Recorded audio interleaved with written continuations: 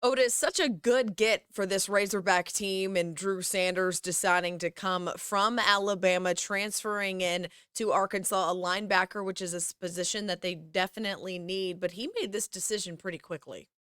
Yeah, he went in the portal on Tuesday. They got beat Monday night. He went into the portal Tuesday, came straight to Arkansas. Well, he came to Arkansas, spent Wednesday, went to the game Wednesday night, then left Thursday morning to go to OU. And he had committed to OU out of high school before he went to Alabama. So a lot of people thought with them hiring Brent Venables, they would get him. But he left there and went home, went to Texas. And he's from Denton Ryan, which is North Dallas, up north of Dallas. Or Denton is. I think most people know that, but the ones that don't. But anyway, and I happened to see the kid play in high school. My youngest son actually used to live in Denton. He lives in Frisco now. But I went to see him, and I one weekend, and it was during the bye week of Arkansas. And I went to a high school game, and this was when Drew was in high school at Denton Ryan. And I'm telling you, the kid is a great football player.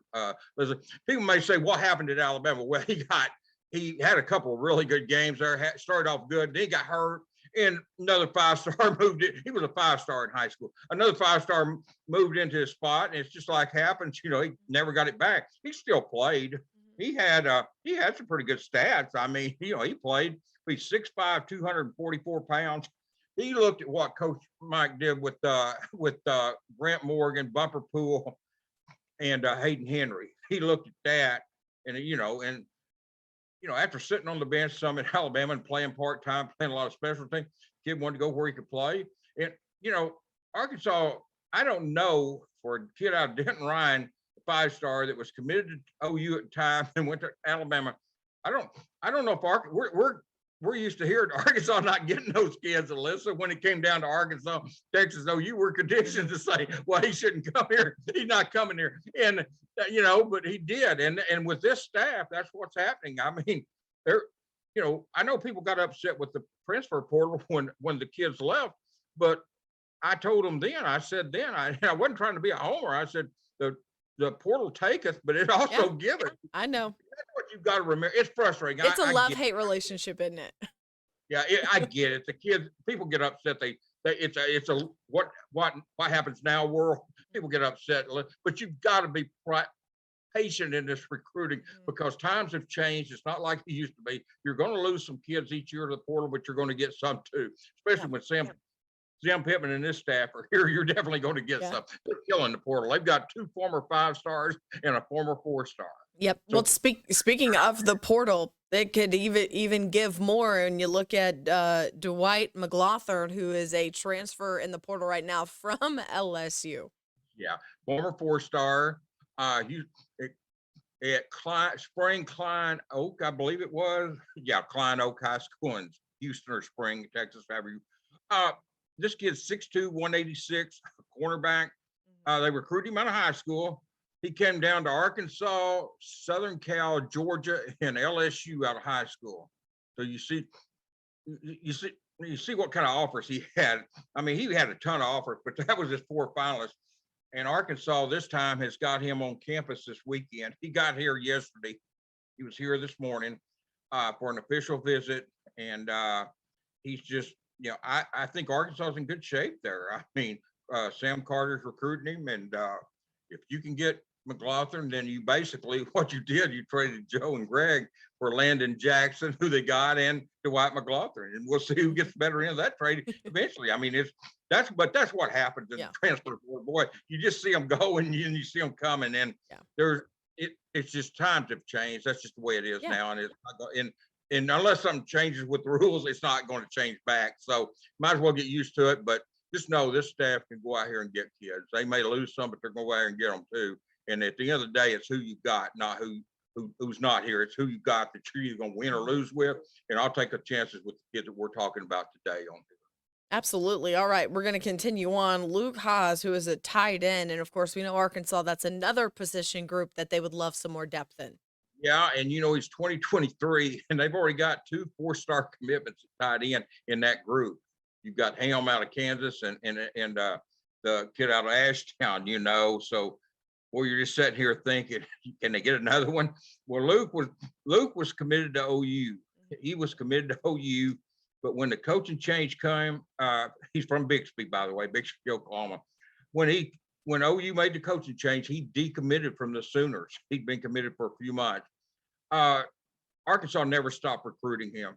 Dow Loggins and the staff just kept recruiting him, and they went after him, and I mean, you've got the Easter kid at Ashdown who's big time, but Ham's big time there. But you get three of them, you're going to have that tight end position covered for a long time. And you're talking about if they pull off getting Luke and they hold on to the other two, I'm telling you, Alyssa, this has to be.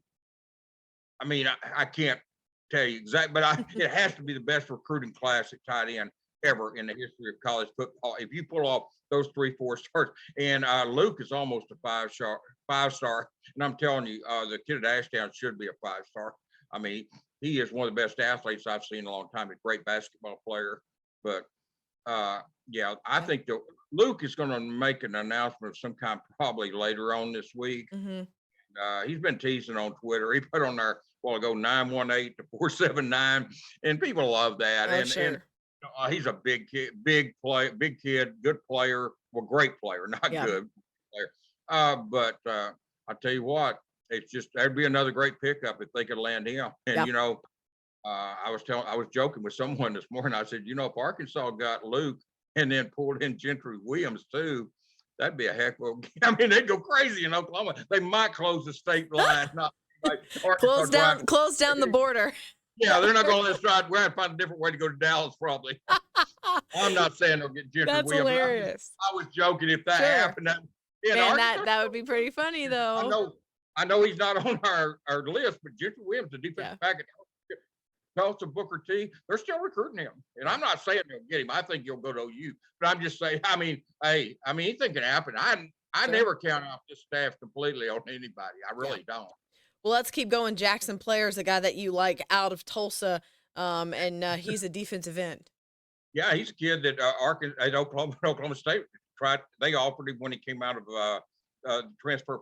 Came out of Tulsa, went into transfer portal. Baylor and TCU are the other finalists. He's probably going to make a decision tonight. Listen, he came in Friday. He stayed here. He left this morning at some time, and I've talked to him since he left here, and I asked him flat out, because everything I'm hearing is going to be Arkansas. But I asked him, is there any pressure on you to go to Baylor State? Because he's from Waco Midway. I'm sorry, I should say it. He's from Waco Midway. He said, I live 8 minutes from Baylor University. He said, so sure, there's pressure. But he said, I've got to do what's best for me. And here's the kicker for Arkansas. Jamil Ashley recruited him to Tulsa. Yeah. He went and got him out of Waco and brought him to Tulsa. And now Jamil's here recruiting him. And he says he had a really good relationship. He credits Jamil for developing him to the point that when he went into the portal, everybody wanted him. Now he said a lot of other SEC schools have offered him, but he wants, Arkansas was the one that fit what he liked in a college. So maybe some more good news. I know Hog fans would love it. It could be some really good news there. Yeah, love for that to roll in. By the way, yeah, 290 pounds. Take Ridgeway's place is what he would do. Nice. That would be definitely a spot they want to fill. All right, last but definitely not least is Caleb James. We've talked about him before, but you got to catch up with him this weekend.